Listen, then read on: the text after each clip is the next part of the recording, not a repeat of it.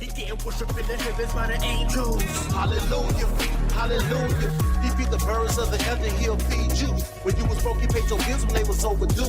I put my trust in God, y'all be believing you. I put my trust in God, cause he'll see it through. I trust in God cause he delivered me from addiction. I was sick in my sin, his love is my prescription. What kind of man forgive his killers at his crucifixion? So I had to die to myself, I guess it's the benediction. My trust in God remove me from the devil's jurisdiction. You say you trust him, but you're stressing, that's a contradiction. If faith's your gun, trust is your ammunition. Be a vicious of men is the greatest commission. You put the trust in tradition and have you out of position. When you're trusting him, the solid above the opposition. Hey guys, it's your girl Latoya Renee, and you're tuning into Sisters Can We Talk. Thank you so much for joining us today. This show is an empowerment show that allows us to share each other's testimonies and that for us to be able to build each other's faith up. I know sometimes we can feel like we're the only one going through a situation or a season or a moment in our lives, but I'm here to tell you that there's a person that's been through what you've been through and has made it out on the other side. With that being said, I would like to welcome our guest, Miss Lady Camilla Nesbitt. Yay! Thank you so much for joining us today. Thank you for having me. I'm just honored that you're here. Tell us about your story, your testimony.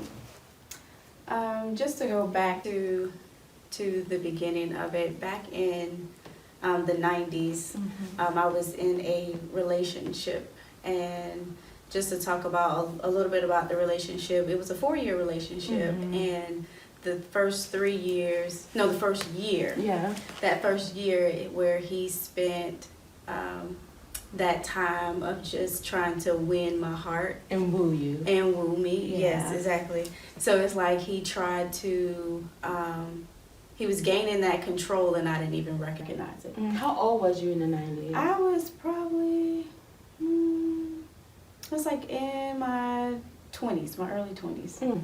Yeah, my early 20s. It was high school, and then it was a few years after high school.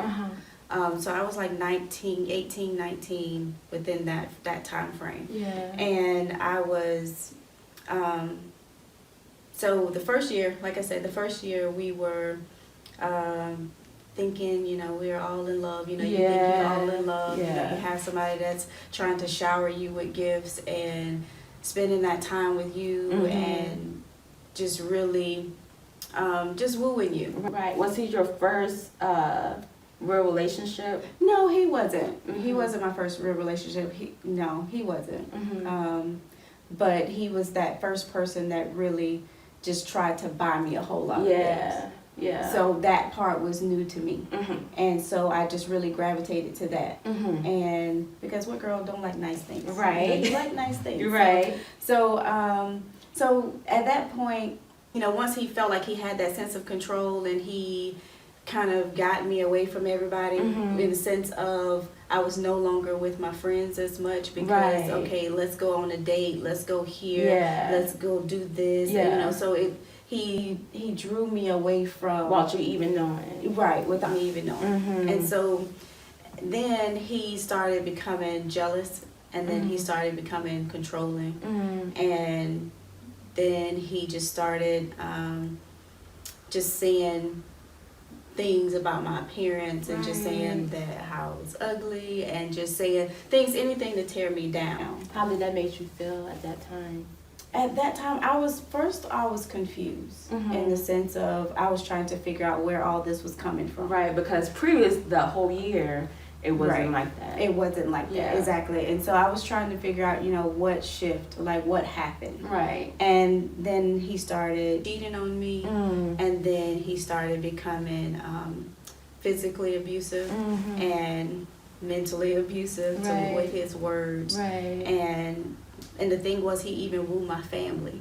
Really? And so my family was in love with him. Everyone except for my brother. My brother already peeped that. He already knew something wasn't right. Wasn't up, right. He knew something was wrong. So, but my brother, he didn't get attached to him at all. My brother didn't care for him at all. Right. And I really value my brother's opinion because my brother and I, we were really close. Yeah. And so that bothered me, the fact that he didn't like him. Yeah. And even after all, you still wanted your family to like him, even after everything you was going through. Right, Mhm. exactly. But that was the first year. Because the first year before all the abuse and stuff Mhm. started happening, that's when I wanted my family to like him. Yeah. Because I was like, he's a great guy Yeah. and all of this stuff. Yeah. But then when at that point, everybody started liking him, Mhm. but he became abusive. Mhm. And so because everyone liked him, I didn't want to tell anybody that he was abusive. Right. And so I hid that. yeah. And you he hid it as well. you said you kept the abuse hidden and you didn't expose him. Correct. Wow.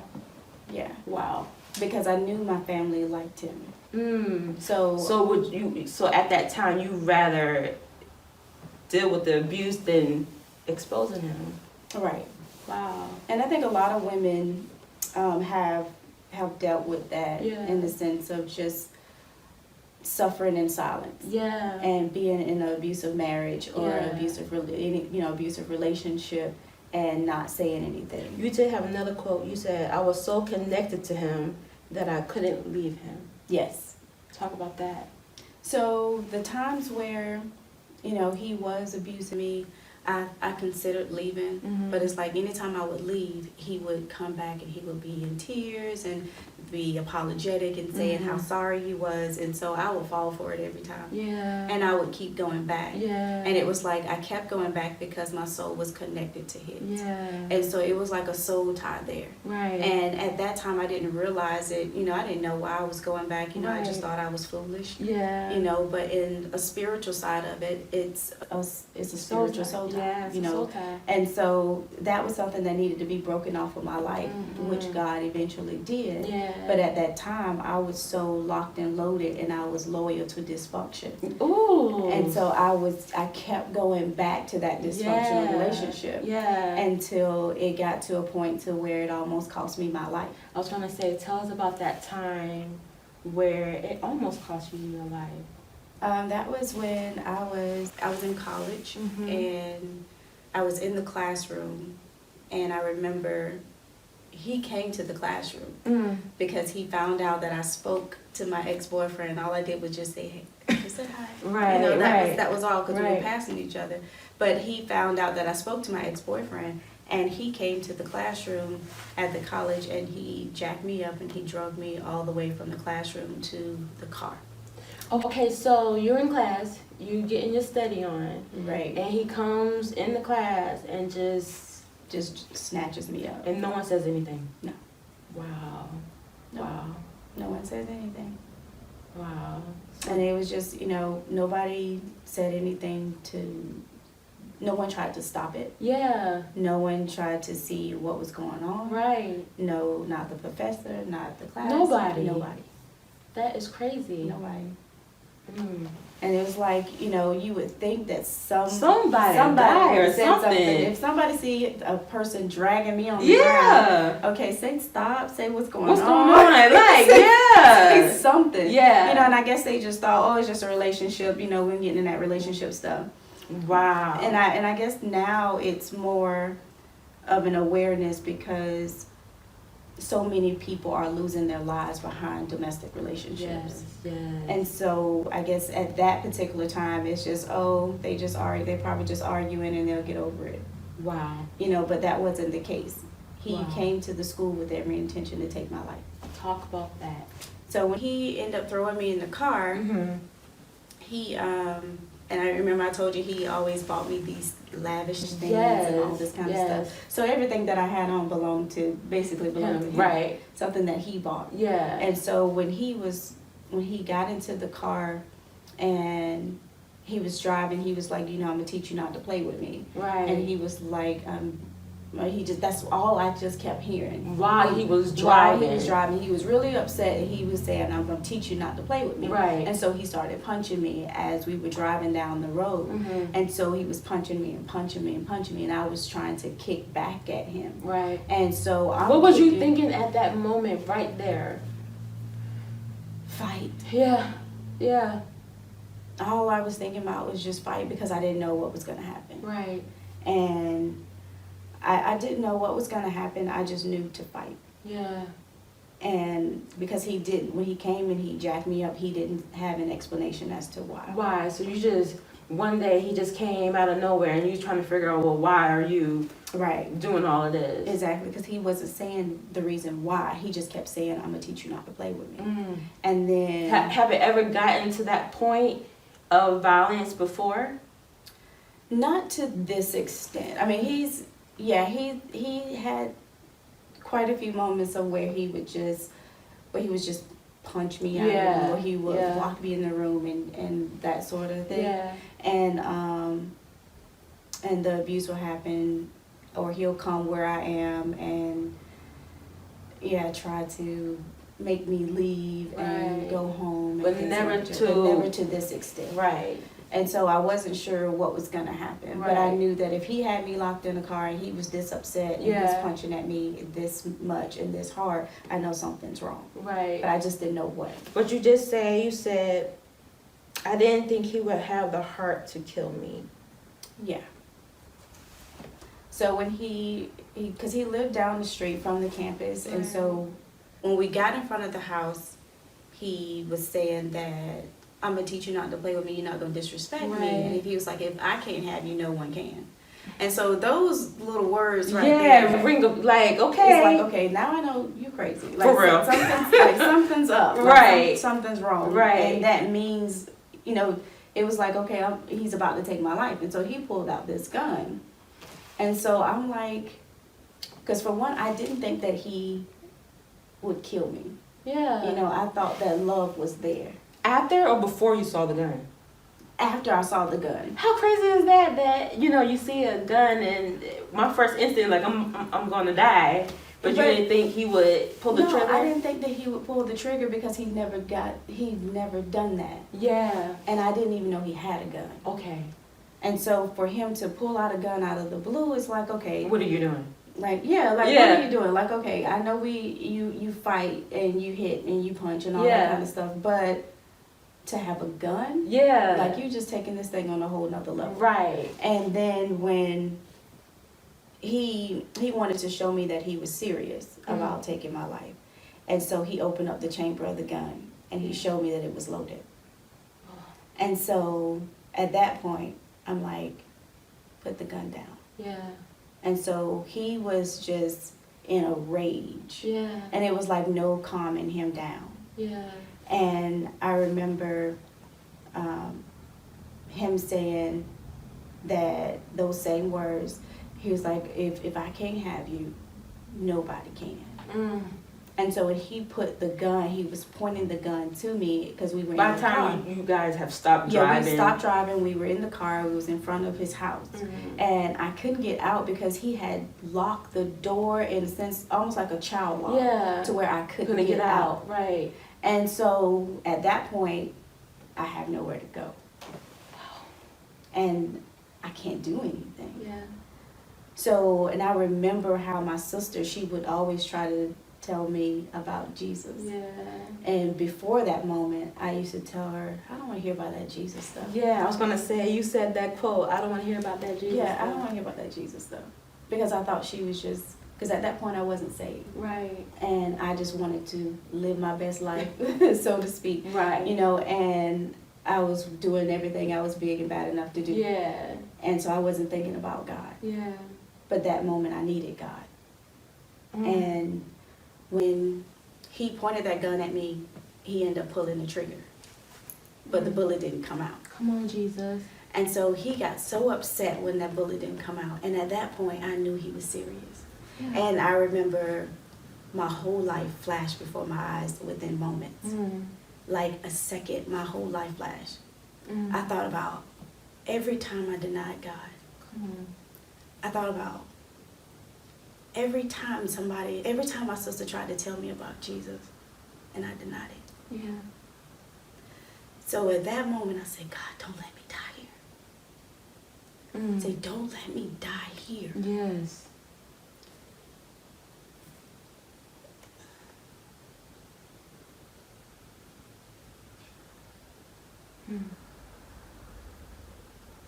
Because I didn't know what he was going to do with my body. I didn't know if my mom or my family could find me. Yes. So in that moment, you was thinking of others instead of yourself.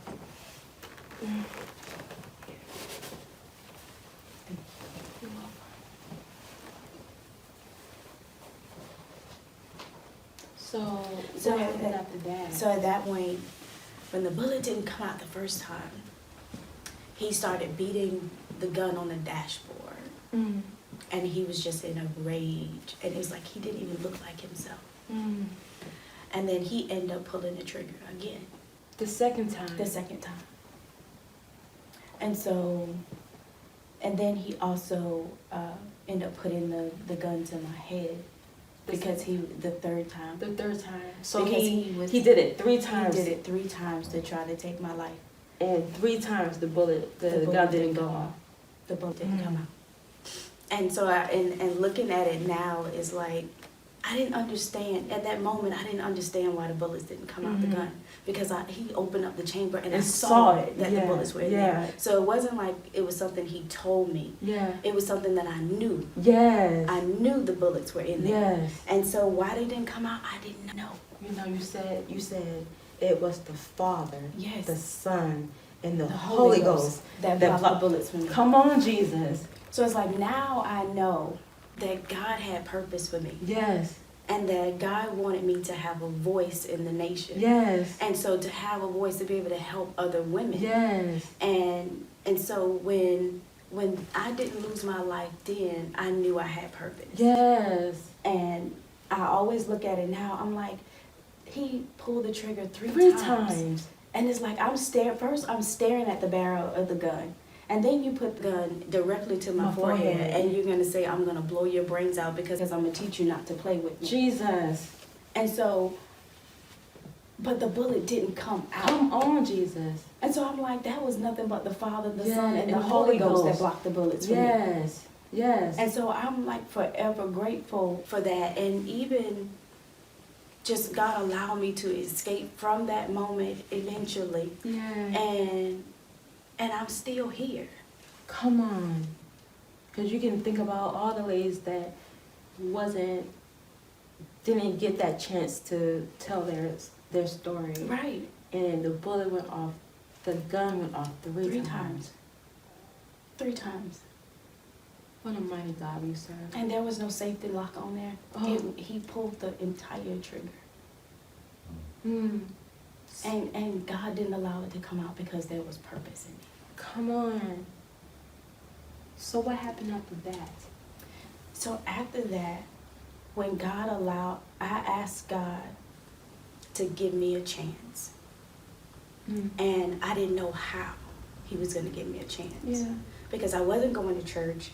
And I mean, I knew of church as a child, but I wasn't a part of a ministry. Right. And so I was working a job. I was working at Payless. Mm-hmm. And I was, because at that time I was like working 2 jobs and going to school and all of that. And Payless was my part-time job. Yeah. And so I was like in there straightening up some shoes, minding my business. And it was a lady that came in, Sister Holland. God bless her. She's in heaven right now. But she really changed my life. God used her to change my life. And that she was just in there, and she was actually witnessing to somebody else. And you being nosy. And I'm being nosy. I wasn't minding my business. I was, minding somebody else's business. But she came in and she was talking to a coworker. Yeah. And my coworker, she wasn't trying to hear it. Right. She was me. Beforehand, I said, I don't hear about that Jesus. Yeah. She did not want to hear it. Yeah. And so the lady was trying to talk to her and stuff. And so the lady saw that I was being curious. Yeah. And that I just kind of kept looking. And she was like, well, you can come to the church too. I was like, well, what church is it? Right. And so she told me the church. And then he came for you that day. And yes, and God, she came for me. Yeah. God sent her. Yeah. For me. Came directly for you. Yes. Yeah. And when I went to the church, at that point, my life was never the same. Wow. Talk about going into that church. Going to that church, I remember I took my best friend with me because I hadn't been to church, so I was I didn't know what to expect. Right. So I took one of my homegirls with me, and I was like, okay, let's go to church. Yeah. And she was like, church. And she was so it was like, I was like, this lady. She was telling me about church, and she invited me to church. And then so we end up going. Right. And then I sat on like the second row. She was like, why do we have to sit so close? You know, because I guess she thought we was going to sit in the back. But I was like, no, I gotta get up there. Yeah. You know, like I don't know, I felt so alive when I went to the church. Yeah. And then when they started singing, it was almost like the heavens opened up. I understand. And it was such an amazing experience because it's like I saw life from a different perspective. Mm. It's almost like God took the scales off of my eyes, and I'm like telling her, I'm like, can you feel this? And she was like, girl, What's wrong with you? Feel what? You know, she was like, she was looking like something's wrong with me. Like, did you smoke something? You know, and I'm like, you know what? You don't feel this? Yeah. And she could not feel it. Because it was your encounter. Right. Yeah. Yeah. And she had no connection to it. And it was like God was calling me at that moment, but he wasn't calling her. Yeah. But that experience was an amazing experience, and I went to that church up until I got married. Mm. There was one thing you were saying about when we was talking about your testimony. You were saying that after the incident in the car, you went home and your parents wasn't there, but you had a moment, you had another encounter. I did. Yeah, talk about that. I did have another encounter before that. Yeah. Because it was like God was it was giving like confirmations and sending people or whatever. And so that was the first encounter. Yeah. So when I end up leaving from that moment and God allowed me to be free from that moment, I went home and my parents, they were working. Yeah. And I normally clean the house up on the weekends and all that stuff. And I was cleaning the house and I had the TV on, and I remember Juanita Bonham was on the television. Yes. And I don't even know what she was preaching about, but the anointing from what she was saying, right, it just lit up the house. Mm. And the anointing of God just dropped in the house. I didn't know that it was the anointing. At that moment, I just knew whatever it is that's coming from this television, it was so powerful. It had me in tears. Yes. I was on the ground. Yes. And I gave my life to God. Yes. And that was... You said, I asked God to help me, save me, and he did. And he did. And he did. He did. God saved me. January 26th, he saved me. He saved me. So I was like, and I didn't know what to do after that encounter. Right. And I guess that's when God send somebody to get me connected to ministry. Amen. And when I was connected to ministry, it's like everything after that, my life just began to just unfold in a whole nother way. So it's like night and day, having God and being able to see, because before you was blinded. Right. And now he actually opened your eyes to see the goodness of him and your purpose. Right. Yeah. Exactly. What is after all of that, was it that, like I said, I have so many quotes. You said, after all of that, I discovered who I was. Yes. Yes. So who are you? Who is Miss Lady Camilla Nesbitt? I discovered from all of that, for one, discovered that I'm stronger than what I thought I was. Yes. Because when I was in a relationship, he tried to tear me down mentally and strip me of my self-esteem. I was going to say, you lost your identity. Yes, I did, because I didn't know how to think for myself. Mm-hmm. I didn't know what was beautiful. Mm-hmm. I didn't know how to be confident in myself. So I started losing my sense of purpose and losing who I was. You know what I was thinking just now? Sometimes when young ladies get into domestic situations, they lose themselves before they can find themselves. Right. And you said you was at, 18, 19? And that age, we're still trying to figure out who we are. And then really, we don't really, by like 30, 35, 36, then we try, like, okay, I'm getting it now. Right. So it felt like the enemy was trying to get you before you knew who you were. Right.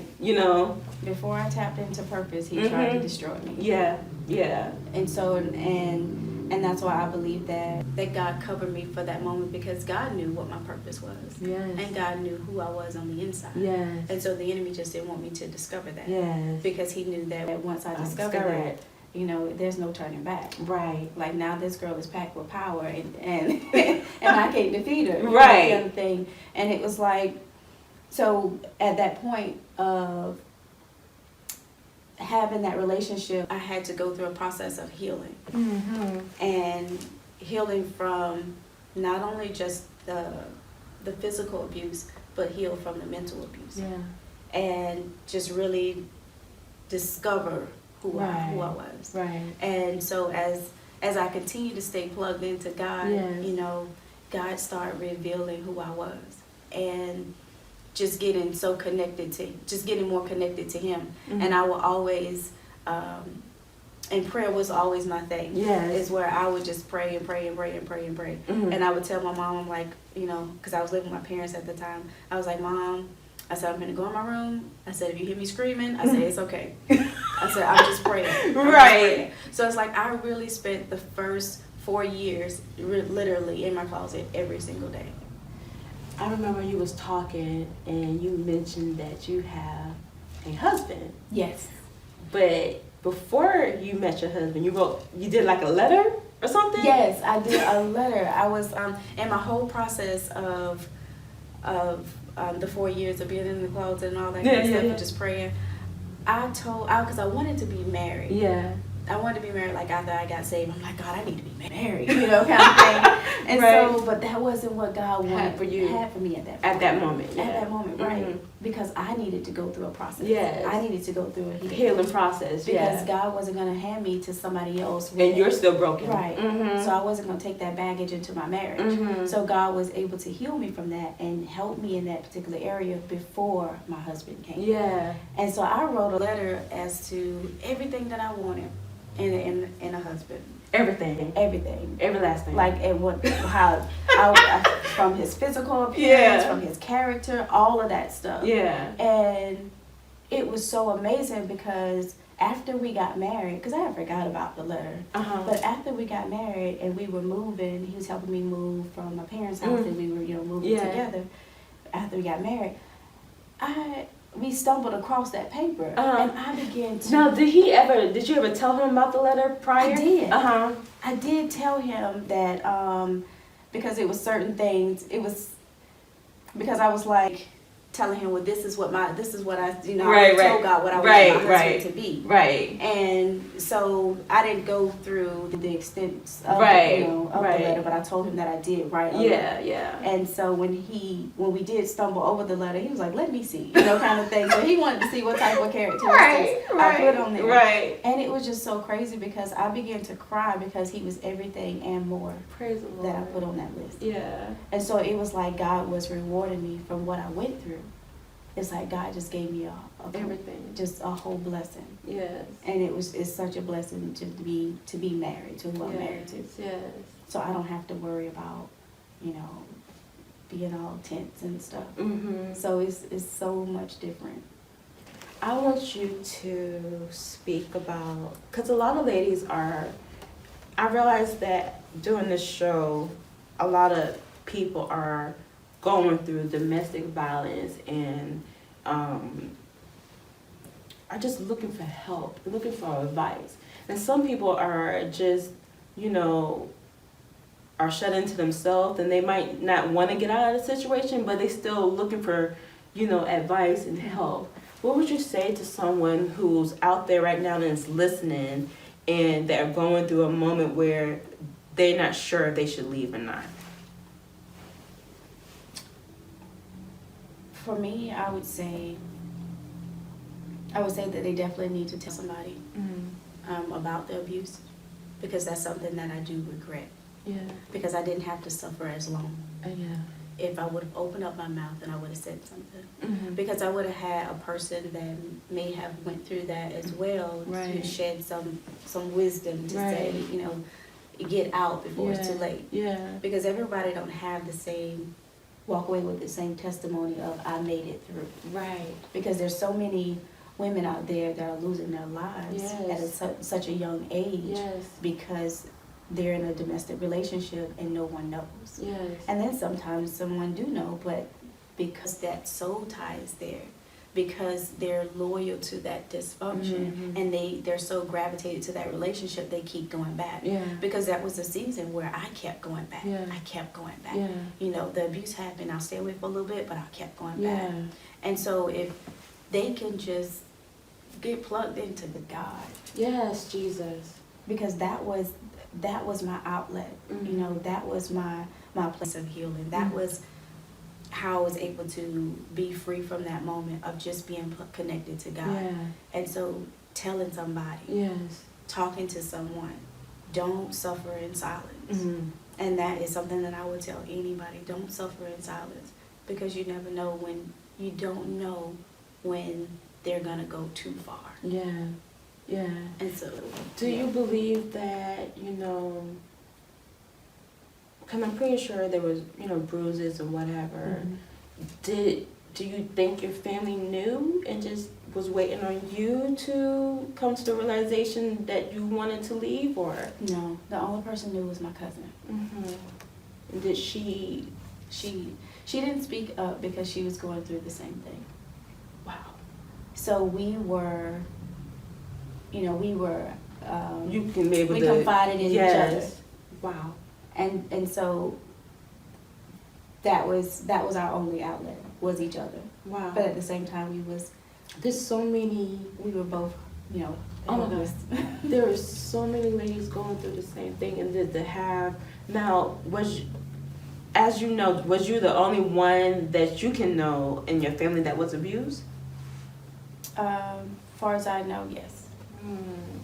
Because what I'm going with is, you know, there's generational curses and stuff. So I just wanted to know, was your mom ever abused, or so just you and your cousin? Wow. There's so many of us that are suffering in silence. And, you know, guys, if you are listening to this episode and you hear Lady Camilla's testimony, just know that, you know, you don't have to suffer in silence. You don't have to, you know, go through this alone. She came out. You have an amazing testimony. She came out on the other side, and you can too, you know? Right. You know? And there's so many things out there for us to, websites and hotlines. Right. Pastor, ladies, you know, that you can go to. And there's no judgment, you know what I'm saying? There's no, you know, they are here to help. They're here to push you through this. Right? Right. And so just know that you guys are not alone. You know, I hear so many stories about people who, and even you, Lady Camilla, like, to look at you now. Look at you now. You could never have told me that was your testimony. And to see how strong you are, you know, in God and in yourself and in your marriage and in your family. Just to know that, you know, you went through all that. But can I tell you something? That incident was all connected to your purpose. Right. It made you who you are. Right. God allowed you to go through this to know who you are and how strong you are. So that way you can lead your people. Exactly. That way that when he brings people to you, you are able to minister because you went through it. Right, exactly. And that's why I started the organization called Her Story. Yes, talk about that. And that's an organization that was basically birthed out of a place of passion for me, of just helping women and just wanting to let them know that, hey, your past does not define you. Your past mistakes, your past failures, and your past setbacks, everything that happened to you in your past, it doesn't define your future. Yes. So it's a women empowerment organization to help women just turn that pain into purpose. And that's what I did. I turned my pain into purpose. How can people find more about your organization? Tell us. The website is herstoryis.org, and we also are on Facebook at Her Story Continues. And so, but you can go to the website, and the website has all of our social media platforms. Awesome. Well, that is our time. Thank you, Lady Camilla, for just gracing us with your presence today. Yes, thank you. Your like I said, your testimony. Every time I hear a powerful testimony like that, it makes me stand a little bit taller. So once again, just thank you. Yes, thank you so much for having me. You're welcome. Well, guys, that is it. Thank you so much for tuning in and joining us. Like I said, if you're out there and you're dealing with domestic violence, there is going to be a number on the screen that would, you can just call that number and they're there to help. I also have a book, The Journey to Freedom. It deals with turmoil and family issues, and you can go ahead and pick up that copy at Amazon.com or go to our Facebook page and just message me and we'll make sure you get a copy. Well, that's it, guys. Until next time, remember to love, pray, and be that beacon of light for the world to see. Bye. He getting worship in the heavens by the angels. Hallelujah, hallelujah. He feed the birds of the heaven, he'll feed you. When you was broke, he paid your bills when they was overdue. I put my trust in God, y'all be believing too. I put my trust in God, cause he'll see it through. I trust in God cause he delivered me from addiction. I was sick in my sin, his love is my prescription. What kind of man forgive his killers at his crucifixion? So I had to die to myself, I guess it's the benediction. My trust in God remove me from the devil's jurisdiction. You say you trust him, but you're stressing, that's a